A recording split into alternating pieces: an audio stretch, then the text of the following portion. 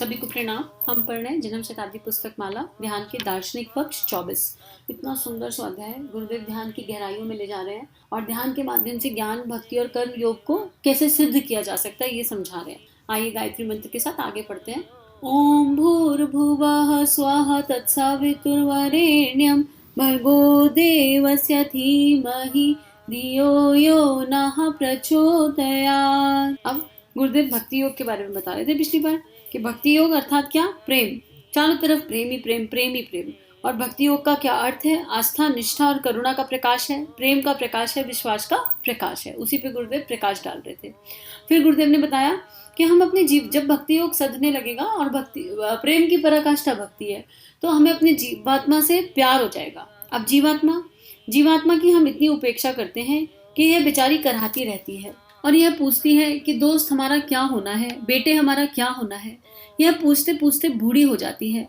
बुढ़िया पूछती रहती है कि बेटा हमारा भी कुछ होना है क्या?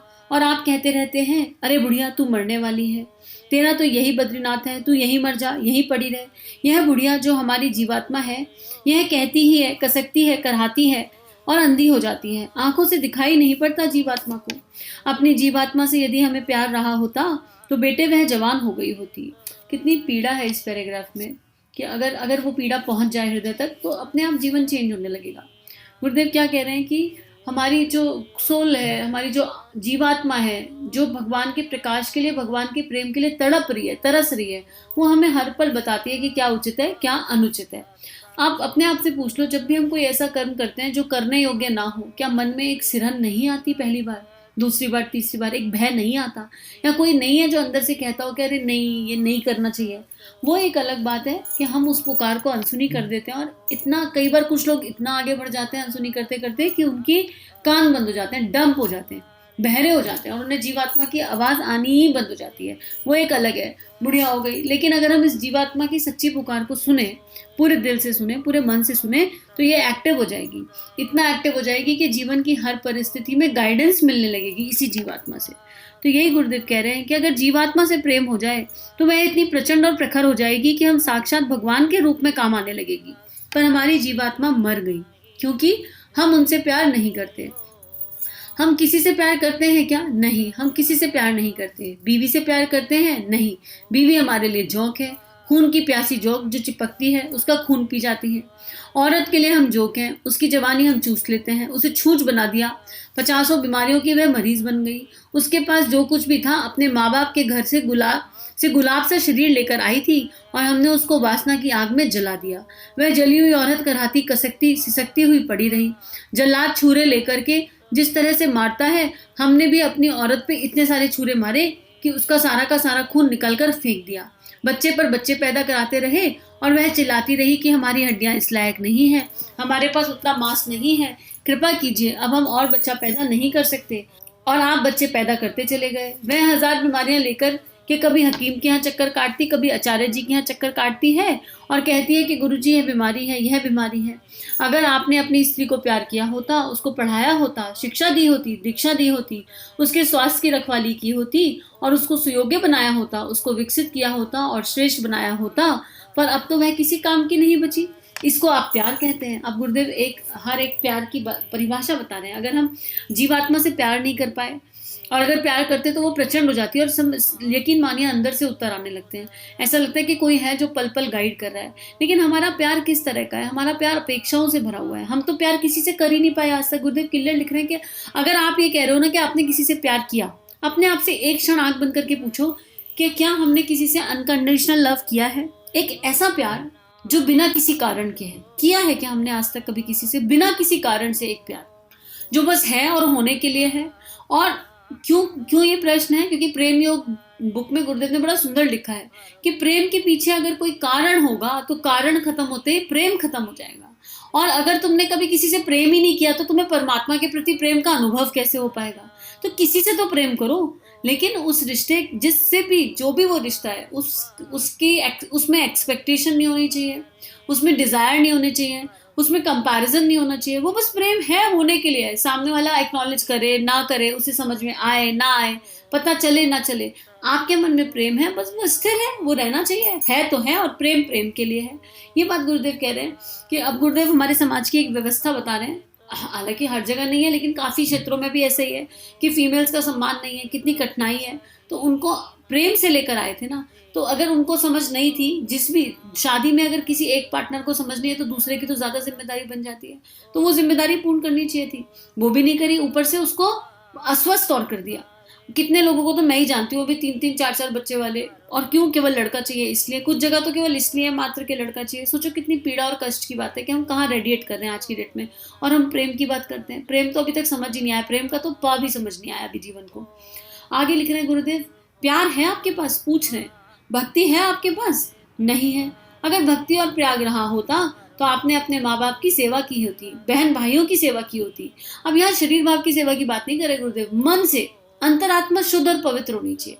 किसी के लिए मन में कोई कुछ कर दे, देखो रिश्ते नाते हैं तो कुछ ना कुछ तो चलता रहेगा, क्योंकि कार्मिक पैटर्न भी तो सबसे बड़े वही हैं, और आए तो हम कर्मों के क्षय करने ही है और प्रेम बांटने। अगर कोई मुझसे पूछे कि जीवन का एकमात्र उद्देश्य हर आत्मा का क्या है, तो एक ही है हर आत्मा के जीवन का उद्देश्य, अल्टीमेटली विशुद्ध प्रेम को सीखना, अकारण प्रेम को सीखना, उस प्रेम की ऊर्जा को अपने भीतर मैनिफेस्ट कर लेना जिस ऊर्जा से हमारा निर्माण हुआ है।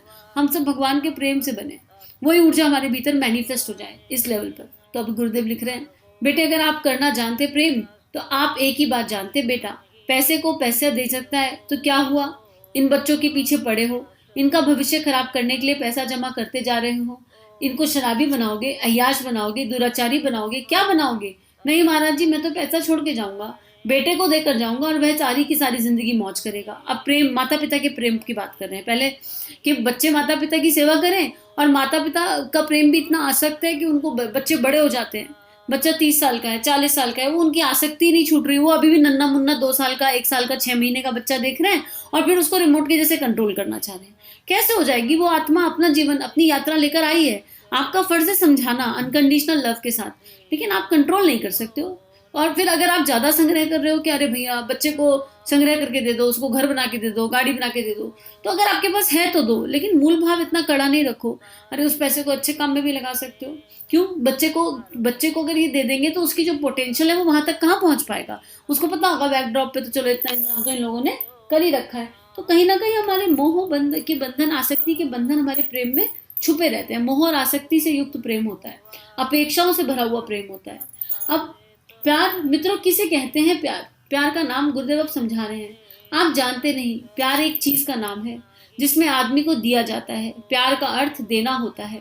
जिसको भी हम प्यार करते हैं उसको हम कुछ दिए बिना नहीं रह सकते। हम बच्चे को प्यार करेंगे तो उसको कुछ देंगे, जिस किसी को भी प्यार करेंगे उसको हम देंगे। भक्ति योग का अर्थ है दया, करुणा, प्रेम, सेवा। नहीं महाराज जी, सेवा का अर्थ होता है मूर्ति पर टन टन घंटी बजा देना, बस हो गई नवधा भक्ति। तो यही है तेरी नवधा भक्ति। कौन सी? पाद सेवनम पंखा जलनम। पाद सेवन और पंखा जलने को नवधा कहता है, तो बातें भक्ति की हैं। उनसे तो हजारों मील हम दूर भागते हैं और स्वांग करते रहते हैं, खेल खिलौने बनाते रहते हैं, दंड कमंडल पेल लेते हैं और भगवान को भी धोखा देते हैं और अपने को भी धोखा देते हैं और कहते हैं कि नवधा भक्ति करते हैं। बेटे इसे नवधा भक्ति नहीं कहते हैं। गुरुदेव भक्ति योग की सही परिभाषा, प्रेम की सही परिभाषा बता रहे हैं कि अगर आपके जीवन में आप कहते हो कि प्रेम है और प्रेम होने के बाद भी दया, करुणा, संवेदना, सेवा नहीं आई तो प्रेम नहीं है। खाली मंदिर में घंटा बजाना, पंखा झलना वो भक्ति में नहीं आता है, कहीं से कहीं तक भक्ति में नहीं आता है। वही ना कल बात हो रही थी ना कि भक्ति से इतनी भक्ति हो जाए कि भक्ति से कर्म अपने आप सदने लगे, भक्ति से विचार अपने आप पॉपअप हो जाए, तो वो कर्म होके रहेगा। जैसे कोई बहुत प्रेमी आ रहा हो, उसके लिए खाना बनाना हो तो कैसे भाग भाग के खाना बनाओगे, कितने दौड़ दौड़ के खाना बनाओगे, मजा आ जाएगा खाना बनाने में। और यहीं पे कोई ऐसा आ रहा हो जिससे कोई लेन देन ना हो, तो फिर खाना बनाने में वो एनर्जी जाएगी क्या? जो नहीं जा सकती। लेकिन जिस इंसान के मन में भक्ति जागृत हो गई प्रभु के प्रति, उसको किसी के आने जाने से फर्क ही नहीं पड़ेगा। वो तो अपने परमात्मा के लिए बना रहा है और उसको हर आने वाली चेतना में, हर मिलने वाली चेतना में अपना भगवान दिखाई देने लगेगा। आगे लिख रहे हैं, दंड कमंडल पेलते हैं और भगवान को धोखा देते हैं, अपने को भी धोखा देते हैं, कहते हैं कि नवधा भक्ति करते हैं। इसको नवधा भक्ति नहीं कहते। मित्रों क्या करना पड़ेगा? भक्ति योग के उस वास्तविक स्वरूप को समझना पड़ेगा जिसके लिए हमने आपको बताया था कि आप प्रकाश का ध्यान कीजिए। प्रकाश का ध्यान करेंगे तब फिर आपको वहां चलने का मौका मिल जाएगा, जहां कहां पर तमसो मां ज्योतिर्गमय, तमस मतलब अंधकार से प्रकाश की ओर। ये गुरुदेव ने समझाया था हमें पहले। अब ध्यान कहाँ करना है? हृदय चक्र पर ध्यान करना है। किस भाव से करना है? कि हमारे भीतर परमात्मा के दैवीय गुणों का जागरण हो रहा है, हमारे इष्ट के दैवीय गुणों का जागरण हो रहा है, हमारे भीतर सेवा का, करुणा का, दया का भाव जागृत हो रहा है। ये भाव करते करते करते हृदय के अंदर गहरा गहरा गहरा जाते जाइए। प्रकाश को मैनिफेस्ट कर दीजिए। कहाँ तक? जहां तक आप हृदय में गहरा उतर सके, ऐसा भावना करते हुए। एक ध्यान है भी लोअर इमोशंस की क्लीनिंग के लिए, प्रकाश का ध्यान है अपने हृदय चक्र पर। यूट्यूब पर आप लोग देखेंगे तो आपको मिल जाएंगे, कुछ नहीं तो ना होने में भी 40 ध्यान तो है ही। आगे गुरुदेव लिख रहे हैं, अब एकाग्रता का ध्यान का उद्देश्य बिखराव को रोकना भी कह सकते हैं। और क्योंकि हमने अब आपको सब जगह बिखेर दिया, यदि आप अपने आप को एक लक्ष्य पर केंद्रीभूत कर लें तो बंदूक की नली से बारूद जिस तरह का एक ही दिशा में चलती है और लक्ष्य भेदने में सफल हो जाती है, हम भी अपने जीवन लक्ष्य में सफल हो गए होते। अर्जुन ने अपने बिखराव को एक केंद्र पर इकट्ठा कर लिया। द्रौपदी स्वयंवर में वह गया और द्रोणाचार्य ने लोगों से पूछा कि क्या दिखाई पड़ता है। किसी ने कहा मछली की पूंछ, तो किसी ने कहा मछली की टांग, तो किसी ने कहा मछली की पेट। आचार्य द्रोण ने कहा आप मछली का निशाना कभी नहीं भेज सकते, भागे यहाँ से।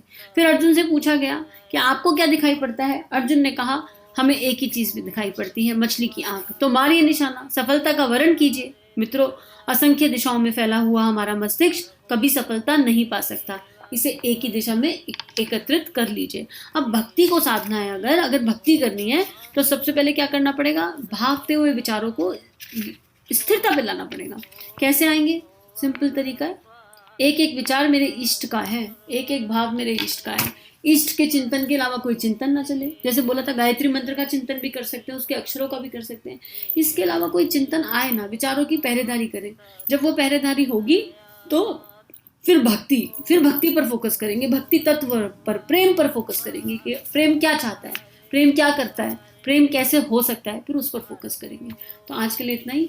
सभी को प्रणाम। सभी का जीवन गुरु शक्ति के सूक्ष्म सानिध्य में मंगल। हमारे YouTube चैनल को सब्सक्राइब कीजिए और बेल आइकन पर क्लिक कीजिए ताकि आने वाली सभी वीडियो की नोटिफिकेशन आपको मिलती रहे। आप सभी को बहुत बहुत थैंक यू।